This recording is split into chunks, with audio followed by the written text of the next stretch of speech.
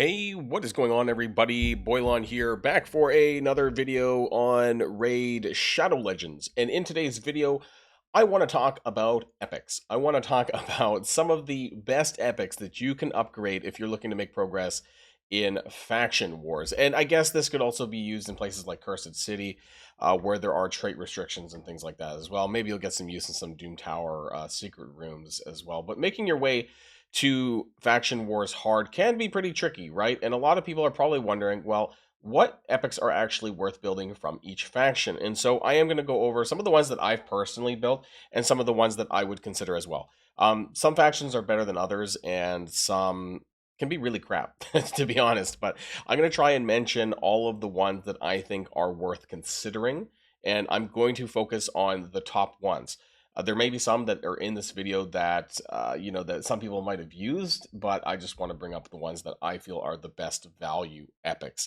Anyways, before we get started with that, I do want to mention that if you haven't started playing Raid yet, still download using the QR code in the top right hand of the screen to get Tholin, Falbeard absolutely free, and Stag Knight, Rector Drath, and Farrakhan the Fat, by the way, who are going to be, of course, in this video at accounts level 10, 20, 30. Amazing epics. And don't forget that you can get this amazing Void Legendary Support Champion by the name of Tahanarak, and all you got to do is use the promo code Desert Queen in the first 48 hours of a brand new account.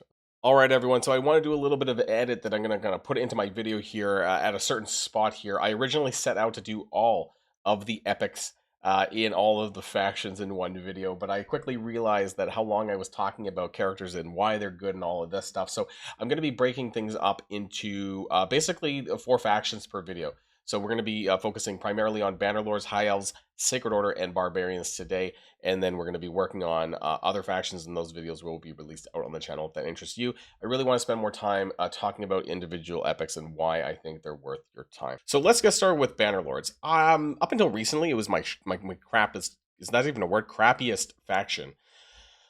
I don't think that there's a lot of amazing epics in there. However, I will, because it was in my promo code, my promo link. Stag Knight is, of course, one of the better ones that are worth building, not just for faction wars, but just in general in the game as well, because he has a lot of debuffs that are very good.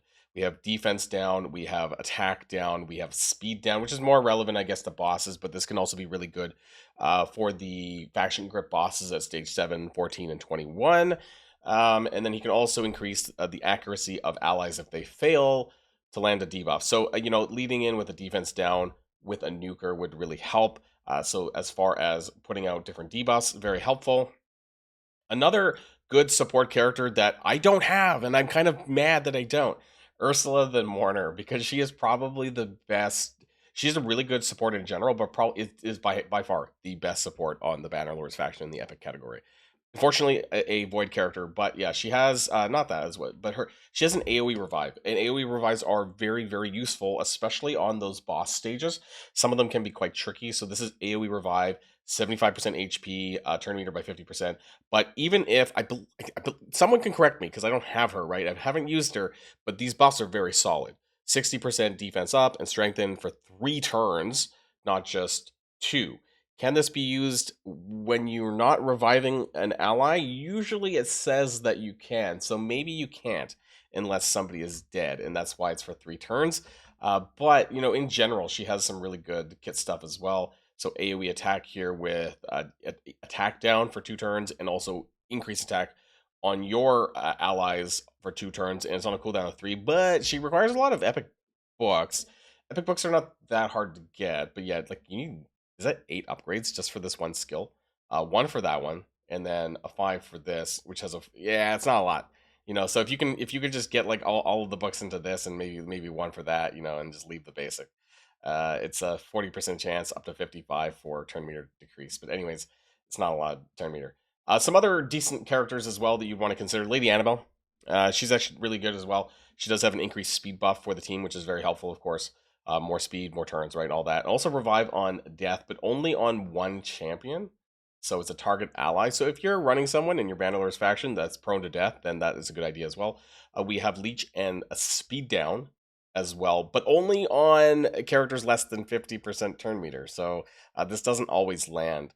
so to speak. But yeah, these two things are still really nice to have. And of course, she normally stays healthy because if somebody else dies, an enemy dies, she gets 50% of her HP back. She was commonly used for a lot of solo builds as well. Now, as far as nukers, she's part of the Lady Mikage fusion, but I actually managed to do it with Lady Quillen. So she does have an AoE, and then she places a 30% crit damage buff on the allies, and then also a 50% increased attack on all allies if this attack is critical. So max out her crit, makes it a little bit easier. Attack one enemy, places it's a 2-hit attack if it's critical, and then fill turn meter by 30% by all allies if it kills an enemy, and then again, if it's a critical, then she gains 15% turn meter here. She is usable. A lot of these characters are borderline usable. Archmage Helmet from Doom Tower. He's your first epic that you end up getting from Doom Tower. He is listed as a support, and he does have a lot of great buffs, but he can be built in a way where his damage actually isn't too bad. He also puts out some stuns as well, which can be really helpful. So he attacks all enemies if the first attack is a critical, and the second hit has a 50% chance of placing a stun debuff for 1 turn, and decreases turn meter of each enemy without a stun for 20%. So these are some of the better ones in my opinion. There are some usable nukers which have some decent ratios. Sir Artemage is one of them, actually has a pretty good single target with 30% ignore target's defense, and also he does have an AoE attack as well. So remove all debuffs from this champion and then does an AoE. This particular AoE, it's on a cooldown of 3 as well, actually has some decent modifiers on it, so you can build him to do a decent amount of nuking as well. I think that he actually is one of the better Faction Wars nukers if you don't have anyone in that category, right? Now, some people, like for me, like I managed to basically get through Bannerlords through using Michelangelo, essentially. And a lot of the ones that I have now came much later. Quintus, who I end up unlocking, Edward, and then now I have like Androck, right? So I'm doing a lot better now. But I was basically using Mikey as my sole carrier for Bannerlords, and I was having to crutch with a lot of these other characters: Lady Annabelle, Lady Quillen, Archmage Helmet, and Stag Knight. It was tough. It was very tough for me. But that's Bannerlords. Let's talk about Hyles. And the first character that I have to mention right off the bat, Neldor Rhineblade. I'm using him actually still as my main epic in Faction Wars hard mode for Hyles. A very great control, amazing character, has AoE slow to it. He's not like super high on the damage side, but his control is amazing. So he's got speed down, he's got freeze on his A1, but it's a 3-hit random, so you can get multiple freezes on this one as well. And then for debuffs here, he has decreased attack and accuracy. So he has a good thing going for him. He has this thing where when an ally places a freeze debuff, 30% chance to use the A1 again, but you need for Faction Wars, I don't think this triggers really, because you would need someone else that's worth using to put more freezes. Now, as far as other epics, Tyrell, really great kind of enabler there, I would say here, and I think he does decent damage as well, actually. I finally am upgrading him now. Actually, I have a +4 Tyrell, but a lot of people have sung his praises, so I am going to be doing it as well. 75% chance, 100% of course with books, decreased defense for 2 turns, so this is a really good way to enable your nukers, and I actually heard that his attack's pretty decent, damage is pretty decent as well. He also has a decreased turn meter by 50%, which is very good. If the attack fully depletes the turn meter, places a stun, not super relevant, but at least in the boss fights, right, the 50% turn meter reduction is still quite handy, and then also he does an attack down as well on his A1. Some other good nukers as well, Royal Guard. He does enemy max HP damage. A lot of people have used him in the past as well. He is still pretty solid. He also does come with a decreased speed. 4 hits at random, though, so sometimes it places it, but can still be pretty helpful when you're fighting like the boss fights and things like that as well in Faction Wars. Also a decreased defense. A1, but yeah, his A2 hits pretty hard if you have a 100% crit rate and you stack up that crit damage. So Royal Guard for nuking. Hyles aren't terrible. I think Royal Guard, Tyrell, Neldor are the better ones. But I've also heard, and who I am actually building now, Ethlin the Golden. So he has some pretty good stuff here because he's got a free turn skill here with his A3. I really, really like this skill. Increase crit damage, not crit rate, so you do want to make sure that he's a 100% crit rate, of course, like your DPS champs. 3 turns, and also an accuracy buff. Gets a free turn, and he goes into this A2, Paralyzing Stakes, AoE 2-hit attack, but it applies block active skills, which is going to neuter a lot of the wave enemies, and then also a second hit is a chance to place True Fear debuff if they did not receive the block active skills debuff. So they're going to get one form of control, right? So this is really good. I think he's a very good DPSer. I think that I've seen, yeah, he's got really good ratings, at least for this. So if you have Ethlin the Golden, that's also another character that I would recommend. And I think, like, I'm not going to recommend 5 for every faction. I'm going to be totally honest. But those are some of the best ones there. And I believe that that was 4, right? There are probably some other usable ones in here. But realistically, you're probably going to have at least, like, when you're actually seriously trying to clear faction wars, you probably have at least 1 legendary maybe in each at some point, right? And so I don't want to mention a full group of 5 in every faction. So my apologies. Those are the ones that I feel are the best. For Sacred Order, let's move on here. So the ones that stand out immediately, if you have Deacon Armstrong, he used to be in one of my promo links, but unfortunately they've deemed him too good because he's got a 19% speed aura in all battles. He also fills turn meter of all allies, and he gets an extra turn. So I really like these abilities that give you an extra turn. Like, it's really, really nice. And then it goes into a decreased defense down, which is really good for setting up your nukers. Pretty good skills there. His A1's, it's okay, it's leech. But these two combos together, very, very solid. Deacon Armstrong is great. Fenix, very, very strong. He has like one of the hardest hitting A1s in the game. A lot of people used to use this for like Ice Golem, using him for Ice Golem, but he actually hits pretty hard. He doesn't have an AoE attack here that places block buffs debuff, but he can also place block active skills if it doesn't land the block buffs debuff. So pretty nice there. Very solid, hard hitting A3 as well that can put a decreased defense and speed debuff as well, especially good for fighting the stage bosses in faction crypts.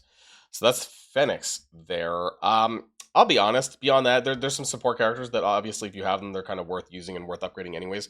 Godseeker and Eerie, you know, the one main part of the Sand Devil kind of duo build team comps there. So if you have Godseeker and Eerie, really great support character that you'll be able to have revive, extend buffs, and all this stuff, healing. So that's the main use of Godseeker and Eerie. Inquisitor Shamel, also a really nice one that can put out some pretty decent damage here. He does basically anytime that you might have seen him already, like just fighting up against him. If you place it's not that really, but this is A1. Basically, anytime a debuff is placed on your allies or their ally, you know, if you're fighting them as an enemy, he does this A1 like over and over and over again. And it takes like forever actually for this to go off sometimes.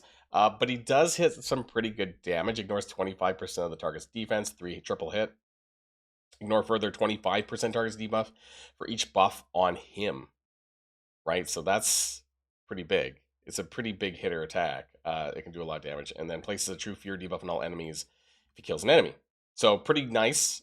He's been used also in Hydra as well. So really nice character there. As far as other characters go, there are some decent ones, but those are the ones that I want to point out as the best. If you are super desperate, Frostbringer is okay. You know, she's got some decent buffs.